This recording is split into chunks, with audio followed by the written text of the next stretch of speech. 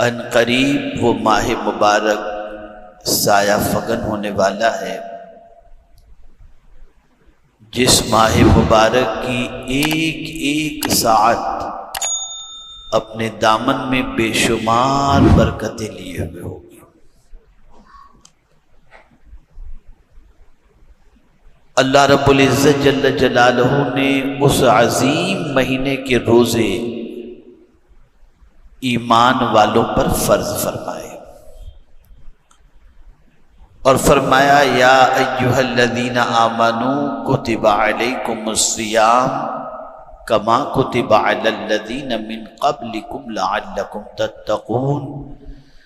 اے ایمان والو، تم پر روزے فرض کیے گئے جیسا کہ تم سے اگلوں پر فرض کیے گئے تھے تاکہ تم پرہیزگار بن جاؤ۔ ایک عظیم مقصد پروردگار نے روزے کی فرضیت کا بیان فرمایا۔ ایک ایسی صفت، ایک ایسا وصف جس کو اختیار کرنے کی بندہ 11 مہینے تک کوشش نہیں کرتا، بلکہ سوء اتفاق تو یہ ہے کہ روزے کے مقصد کو بھی اس کے ذہن کے اندر وہ رکھا ہوا نہیں ہے، نتیجتاً وہ روزے کے مقصد کو بھی صحیح طور پر پا نہیں پاتا، اور ماہ رمضان کے گزر جانے کے بعد جس مقصد کے لیے اللہ نے روزے فرض فرمائے تھے اس مقصد سے ناآشنائی کی بنیاد پر وہ ویسا نہیں بن پاتا۔ ایک پرابلم ہو تو انسان سمجھے، آج کے دور کے انسانوں کے اتنے مسائل ہیں، اتنے پرابلمز ہیں جس کی کوئی انتہا نہیں۔ کہیں رزق کی تنگی ہے، کہیں کام بنتے ہوئے دکھائی نہیں دیتے، کہیں کوئی بہت زیادہ محنت و مشقت کرتا ہے کہ اسے معاشرے کے اندر کوئی عزت حاصل ہو جائے، کہیں کوئی یہ چاہتا ہے کہ اس کی پریشانیاں دور ہو جائیں، لیکن انسان ایک پریشانی کا علاج کرتا ہے تو دوسری پریشانی دروازے پہ دستک دیتی ہے، اور دوسری کا علاج کرتا ہے تو تیسری پریشانی دروازے پہ دستک دیتی ہوئی نظر آتی ہے۔ تو سارے پرابلم کا سولوشن کیا ہے؟ رزق کی تنگی کا سولوشن، کام کی آسانی کا سولوشن، پریشانیوں سے نجات کا سولوشن، عزت حاصل کرنے کا سولوشن، اور اسی کے ساتھ ساتھ جنت میں جانے کے لیے کیا چیز ہونی چاہیے جس کی وجہ سے اللہ عز و جل جنت عطا فرمائے، اور ایک نہیں ڈبل جنتیں عطا فرمائے۔ تو سارے پرابلم کے سولوشن کے لیے اللہ عز و جل نے روزے کو فرض فرمایا، اس لیے کہ روزے کے ذریعے اللہ بندے کو متقی بنانا چاہتا ہے، پرہیزگار بنانا چاہتا ہے۔ اللہ چاہتا ہے کہ یہ عظیم وصف تقویٰ کا میرے بندوں کے اندر پیدا ہو جائے، اس لیے وضاحت کے ساتھ اس نے فرمایا روزے اس لیے فرض کیے گئے تاکہ تم متقی بن جاؤ، پرہیزگار بن جاؤ۔ تو کیا تقویٰ اتنی پاورفل چیز ہے؟ یہ نہیں فرمایا کہ اے ایمان والو تم پر روزے فرض کیے گئے تاکہ تم نیک بن جاؤ، یا یہ کہ تم پر روزے اس لیے فرض کیے گئے کہ تم نمازی بن جاؤ۔ ایک وصف کا ذکر فرمایا تاکہ تم پرہیزگار بن جاؤ،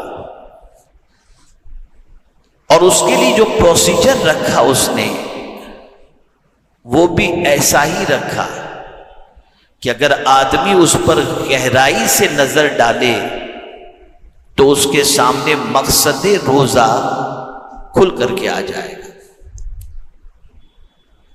مثال کے طور پر میں آپ کو بتاؤں، انسان کہیں بھی جا کر کے گناہ کرتا ہے تو اس کے ذہن میں ایک تصور نہیں ہوتا کہ اللہ دیکھ رہا ہے۔ انسان کسی کا مال کھا جاتا ہے، ڈرتا اس لیے نہیں کہ اس کے ذہن میں یہ چیز نہیں ہوتی کہ اللہ دیکھ رہا ہے۔ انسان کسی کو ستا دیتا ہے، اسے ذہن میں نہیں ہوتا کہ اللہ دیکھ رہا ہے۔ تو اللہ چاہتا ہے کہ ایک ایسی پریکٹس میرے بندے کو میں 1 مہینے تک کرا دوں کہ اس کے دماغ کے اندر یہ چیز بیٹھ جائے، اور یہ بیٹھنے کی وجہ سے اس کے اندر یہ وصف پیدا ہو جائے، اور جب یہ وصف پیدا ہو جائے گا تو اس کی برکتیں اسے پوری زندگی نصیب ہو جائیں گی۔ اب آپ دیکھیں اس ایک عمل کے حوالے سے، روزے کے حوالے سے اللہ نے کتنا پیارا ارشاد بیان فرمایا۔ نماز کے لیے ہم کھڑے ہوتے ہیں تو کہتے ہیں نیت کرتا ہوں میں واسطے اللہ تعالیٰ کے۔ حج کے لیے وَلِلَّهِ عَلَى النَّاسِ حِجُّ الْبَيْتِ، اللہ کے لیے۔ لیکن کسی عمل کے بارے میں اللہ نے نہیں فرمایا کہ اس عمل کا بدلہ میں خود دوں گا یا اس عمل کے بدلے میں بندے کو مل جاؤں گا، یہ نہیں فرمایا۔ لیکن جب بات روزے کی آتی ہے تو میرا مولا فرماتا ہے الصوم لی وانا اجزی بہ او اجزا بہ، روزہ میرے لیے ہے۔ ایک ہوتا ہے کہ بندہ نماز پڑھ رہا ہے اور کہتا ہے مولا تیرے لیے، لیکن بندہ پروردگار یہ نہیں فرماتا کہ میرا بندہ تو نماز میرے لیے پڑھ رہا ہے، یہ نہیں فرماتا۔ بندہ حج کرتا ہے کہتا ہے مولا تیرے لیے، لیکن اللہ نہیں فرماتا کہ بندہ تو حج میرے لیے کر رہا ہے یا مالدار بننے کے لیے کر رہا ہے یا دکھانے کے لیے کر رہا ہے، یہ نہیں فرماتا۔ لیکن کیسا ہی مسلمان کیوں نہ ہو، لیکن جب وہ روزہ رکھتا ہے تو اللہ کلیئر اس بندے کے بارے میں فرماتا ہے روزہ میرے لیے۔ غریب تو بھی روزہ رکھ رہا ہے میرے لیے، مالدار تو بھی روزہ رکھ رہا ہے میرے لیے، کوئی بھی روزہ رکھ رہا ہو، اللہ اس روزہ رکھنے والے کے بارے میں فرماتا ہے الصوم لی، روزہ میرے لیے ہے اور میں ہی اس کا بدلہ عطا کروں گا۔ سوال یہ پیدا ہوتا ہے ہر ایک میں تو ہم اللہ کے لیے نیت کرتے ہیں، روزے میں بھی اللہ کے لیے نیت کرتے ہیں، روزے کو اللہ نے پرٹیکولر یہ کیوں فرمایا کہ روزہ میرے لیے؟ تو یہاں ایک بات میں آپ کو بتاؤں، کسی کے لیے آدمی کھانا نہیں چھوڑتا، کسی کے لیے آدمی پینا نہیں چھوڑتا،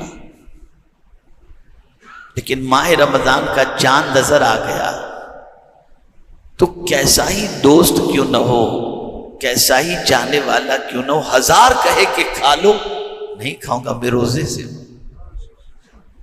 تو بندہ کھانا چھوڑ کس کے لیے رہا ہے؟ اللہ کے لیے چھوڑ رہا ہے۔ پینا چھوڑ کس کے لیے رہا ہے؟ اللہ کے لیے۔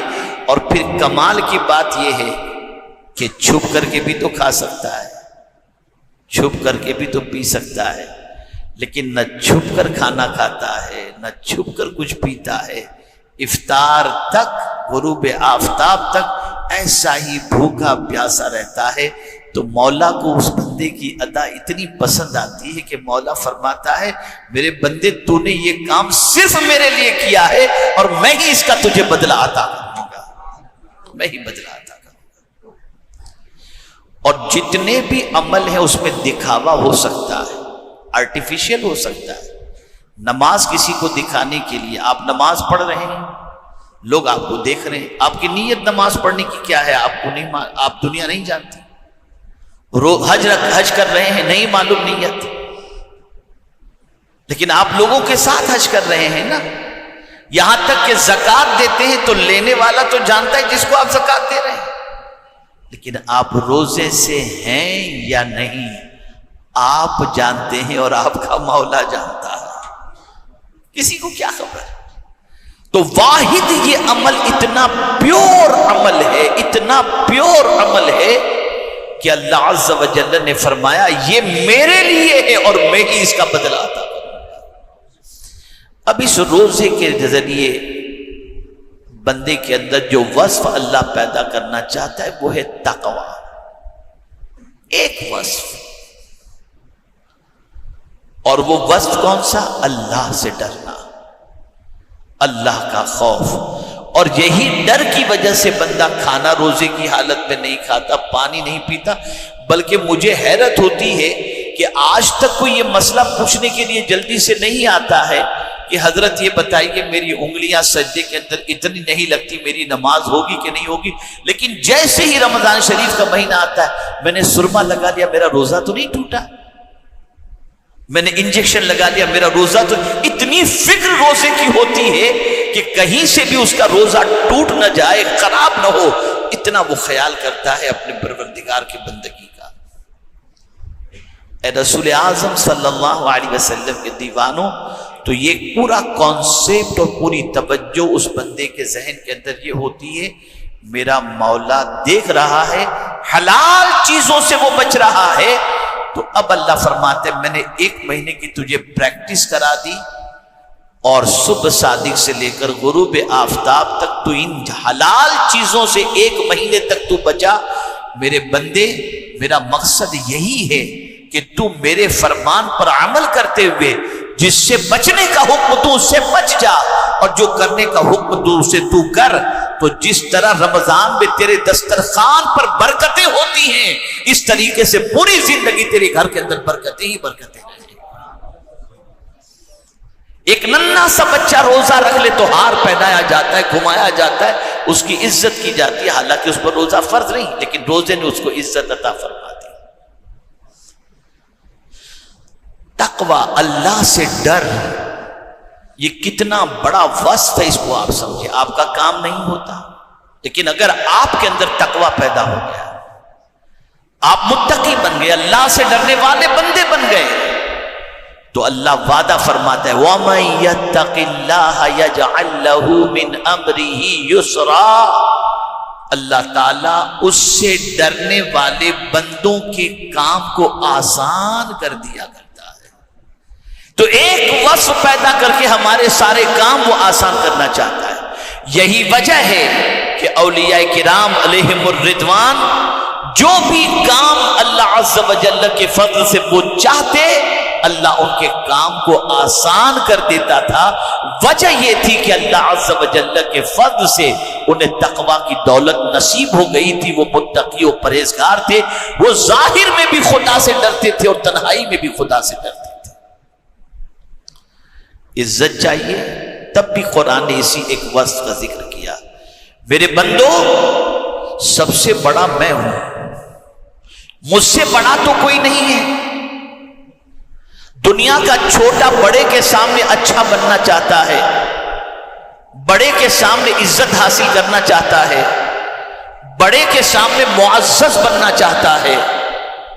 لیکن کس طریقے سے؟ کسی بڑے کے سامنے معزز بننا ہو تو اچھے لباس پہن کر کے جاؤ. کسی بڑے کے سامنے معزز بننا ہے تو بڑی کار کے اندر جاؤ تو بڑے کے سامنے تمہاری عزت بنے گی. یہی وجہ ہے کہ جب دنیا میں انسانوں نے دیکھا کہ چوری کر کے، ڈکیتی کر کے، شراب کا کاروبار کر کے، جوے کا کاروبار کر کے، لوگوں کا پیسہ کھا کے، کسی بھی طریقے سے اگر تمہارے پاس لمبی کار ہے، بڑا مکان ہے، تو تمہیں دنیا سلام کرے گی. آدمی چل پڑا اس راستے پر، اور اس کے بعد اس نے حرام حلال کی تمیز کیے بغیر لیوش لائف کو اختیار کرنے کی کوشش کی، اور سوچا کہ اس سے سوسائٹی میں مجھے عزت ملے گی. تو میرے پروردگار نے فرمایا یہ عام انسان کے سامنے تو عزت ان چیزوں سے حاصل کرتا ہے، لیکن مجھ سے بڑا کوئی نہیں ہے. اگر تو چاہتا ہے کہ میری نگاہوں میں تو عزت والا بن جا تو ایک وصف تو اختیار کر، میری نگاہوں کے اندر تو عزت والا بن جائے گا. اور وہ وصف کیا ہے؟ ان اکرمکم عند اللہ اتقاکم، بے شک تم میں اللہ کے نزدیک سب سے زیادہ عزت والا وہ ہے جو سب سے زیادہ اللہ سے ڈرنے والا بنتا ہے. تو تقوی کا وصف عزت بھی عطا کرتا ہے. روزی میں تنگی ہے، ہاتھ پیر مار رہے ہو آپ، سبیل سمجھ میں نہیں آ رہی، محنت تو مشقت کر رہے ہو، راستہ سمجھ میں نہیں آ رہا، تو قرآن کہتا ہے وَمَن يَتَّقِ اللَّهَ يَجْعَلْ لَهُ مَخْرَجًا وَيَرْزُقْهُ مِنْ حَيْثُ لَا يَحْتَسِبُ، جو اللہ سے ڈرتا ہے اللہ اس کے لیے ایسے راستے روزی کے نکال دیتا ہے جہاں اس کا گمان بھی نہیں پہنچتا، اور بے حساب روزی اللہ عطا فرماتا ہے۔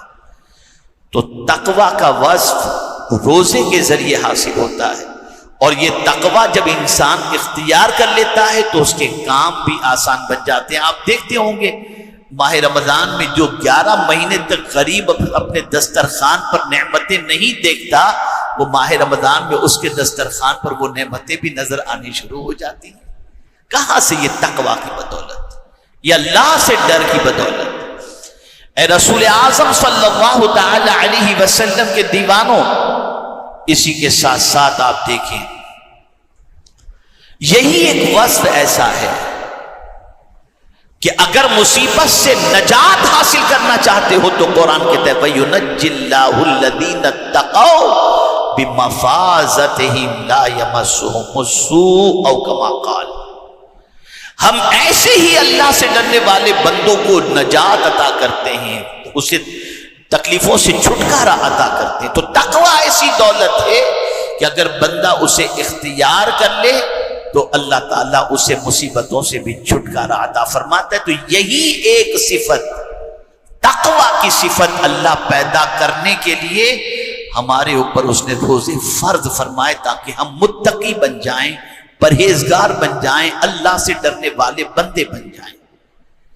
لیکن ہمارا حال یہ ہے کہ ماہ رمضان میں تو کسی حد تک خوف خدا کچھ لوگوں میں، بڑی معذرت کے ساتھ سب کی بات نہیں کرتا، رمضان میں کچھ بندے ایسے بھی ہوتے ہیں جو رات کو لوڈو کھیلتے ہیں، کیرم کھیلتے ہیں، گپ شپ کرتے ہیں، راستوں میں بیٹھتے ہیں، کرکٹ کھیلتے ہیں، میچ دیکھتے ہیں، پتہ نہیں کیا کیا کرتے ہیں۔ بلکہ بڑی معذرت کے ساتھ عرض کروں گا 11 مہینے تک راتوں میں نہ کھیلنے والا بھی مسلمان ماہ رمضان کے اندر راتوں کو کھیلتا ہوا دکھائی دیتا ہے۔ کتنے تعجب کی بات ہے، کتنے افسوس کی بات ہے، اتنے عظیم مہینے کی بے حرمتی کرنے والے کو اللہ کہاں سے عزت عطا کرے گا؟ ایک سوال میں آپ سے پوچھنا چاہتا ہوں، کتنی عظمت والا مہینہ، اس کو سمجھو۔ کوئی عبادت سوتے میں نہیں ہوتی، نماز آپ نیند میں نہیں پڑھ سکتے، حج نیند میں نہیں کر سکتے، زکوٰۃ نیند میں نہیں ہوتی، کوئی بھی عبادت نیند میں نہیں ہوتی۔ اے میرے کریم تیری عظمتوں پر قربان، روزہ ایسی عبادت ہے کہ روزے دار سو بھی رہا ہے تو اس کے نام اعمال میں عبادت کا ثواب لکھا جا رہا ہے۔ کتنی عظیم عبادت ہے، آپ سوچو کتنی عظیم عبادت ہے۔ اب تفسیر روح البیان سے میں 3 باتیں اور 4 باتیں یہ آپ کی سماعتوں کے حوالے کر دوں تاکہ آپ ماہ رمضان المبارک کی عظمتوں کو اپنے سینے میں اچھی طریقے سے بٹھا لیں۔